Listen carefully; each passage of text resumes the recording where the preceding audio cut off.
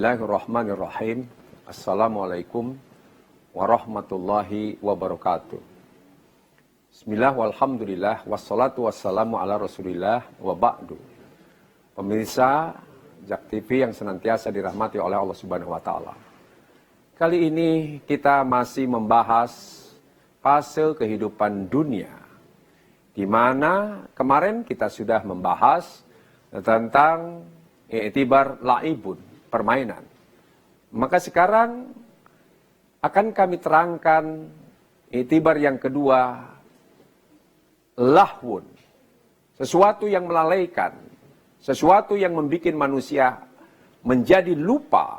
Bisa lupa daratan, lupa terhadap nikmat Allah, lupa terhadap Allah itu sendiri, bahkan lupa terhadap eksistensi adanya Allah. Lahwun bisa diartikan sebagai dramatisasi. Hidup di dunia ini drama. Yang drama itu ada peran-peran. Semua kita mempunyai peran. Seperti sebuah sinetron, atau golek, atau sandiwara, atau perfilman, dan lain sebagainya. Nah, hakikatnya kehidupan ini kita semua punya peran.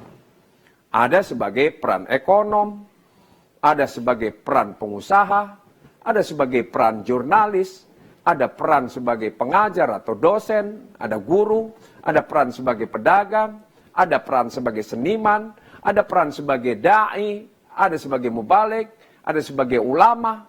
Semua peran-peran itu. Ya. Yang namanya peran apapun, itu pasti ada dikotomi. Ada peran yang baik, ada yang tidak baik. Karena itu kehidupan ini pilihan. Kita mau memilih peran yang mana. Kalau jadi pengusaha, pengusaha yang baik. Kalau menjadi seniman, seniman yang baik. Kalau menjadi ilmuwan, ilmuwan yang baik. Kalau menjadi politisi, politisi yang baik. Semua kita berperan. Tetapi di peran itu, al-mas'uliyah. Semua peran akan dipertanggungjawabkan. Karena itu Rasulullah menyatakan, kullukum ra'in wa kullukum mas'ulun an ra'iyatihi. Setiap kalian adalah pemimpin berdasarkan perannya masing-masing, dan setiap kalian akan dimintai pertanggungjawabannya, termasuk peran sebagai suami, peran sebagai istri, peran sebagai orang tua, peran sebagai yang namanya kamerawan, dan semuanya, semua kita adalah termasuk petani, termasuk kuli, supir, semuanya peran-peran. Karena itu kalau berada dalam posisi yang baik, ya, jujur dalam peran masing-masing itu, maka insya Allah bisa menghantarkan ke dalam kehidupan yang penuh kenikmatan atau ke dalam surga.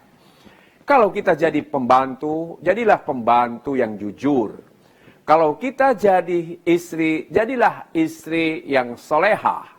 Yang kalau dipandang oleh suaminya senyum. Kalau tidak ada suaminya bisa memelihara kehormatan suami. Karena itu Rasulullah mengatakan sebaik-baiknya istri adalah kalau dipandang oleh suaminya, suaminya merasa gembira.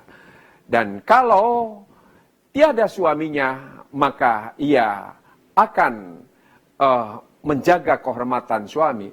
Demikian pula, ma akroman nisa ila karim, wa ma'ahanahuna ila lain. Tidaklah laki-laki itu mulia, kecuali laki-laki yang menghargai atau memuliakan istri. Dan tidaklah laki-laki itu hina, kecuali laki-laki yang menghinakan istri. Kalau kita ingin mulia dalam perspektif Allah Subhanahu wa taala, maka jadilah suami yang bertanggung jawab, suami yang memuliakan istri dan anak-anak, dan suami yang tidak menterlantarkannya. Karena kezoliman orang tua terhadap anak, kezoliman suami terhadap istri, bagian dari kemunkaran. Karena itu dalam hukum positif kita, ada undang-undang tentang KDART, dan dianggapnya sebagai kekerasan. Itu adalah kemunkaran. Ini yang harus kita waspadai. Karena itu setelah yang namanya dramatisasi, Allah mencontohkan juga kehidupan di dunia ini tafakhur, hanya berbangga-bangga. Bolehkah kita berbangga? Boleh. Ya. Boleh berbangga? Boleh. Asal kebanggaan itu kita salurkan kepada sebagai tanda syukur kepada Allah. Bukan kebanggaan itu membawa kepada kesombongan, kepada keangkuhan, dan kepada jauh dari Allah, jauh dari manusia, bahkan jauh dari surga pada akhirnya. Terima kasih walafu minkum. Wallahul muwaffiq ila aqwamit thoriq. Wassalamualaikum warahmatullahi wabarakatuh.